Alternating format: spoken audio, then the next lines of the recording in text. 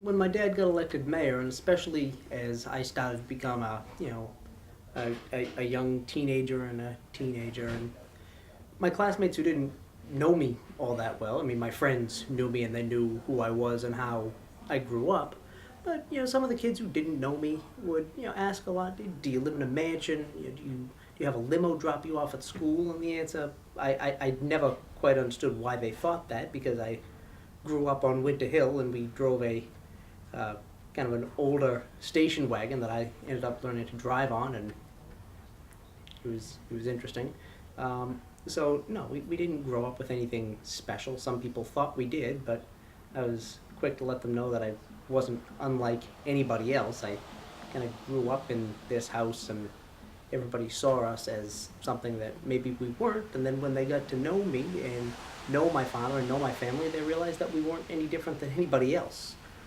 At the same time, my parents were always pretty involved in the community and teaching me and my brother about how to get involved. And they had started a charity when my father was the mayor and my mother was raising us and working herself. And my brother and I would always get involved in the different events that they would have, charities fair and various other things that were involved in the city of Somerville and this umbrella charity.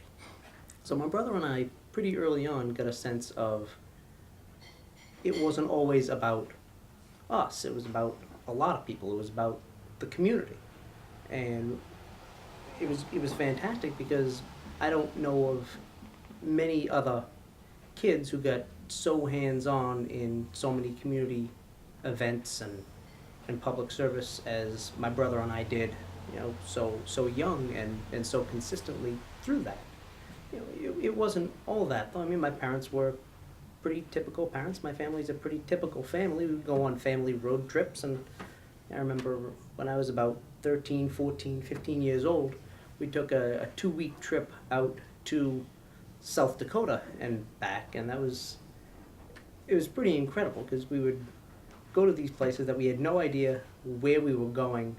We had a general idea of an end point, but the way we got there was, let's just see what we find. And that's some of the most interesting stuff that you can do. We wound up in a town called, actually I don't know the name of the town, but there's a drugstore called Wall Drug in South Dakota. Now I think a lot of people know it because there are bumper stickers that have traveled the country. It's kind of like the Mount Washington bumper sticker that you see on cars, and from 1,000 miles away you see 1,000 miles to Wall Drug, and we have that in our memory as to what's this Wall Drug. Just a small town that grew up around a drugstore.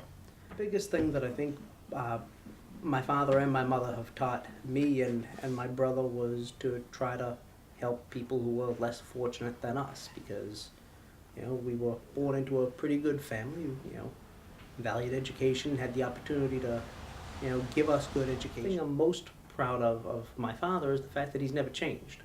He's the same guy now running for the United States Senate as a sitting member of Congress as he was when he was running for mayor or running for alderman, or, hanging out with my brother and my mother and I out in the backyard. He's gonna treat everyone the same way, always has, and that's probably the thing I'm most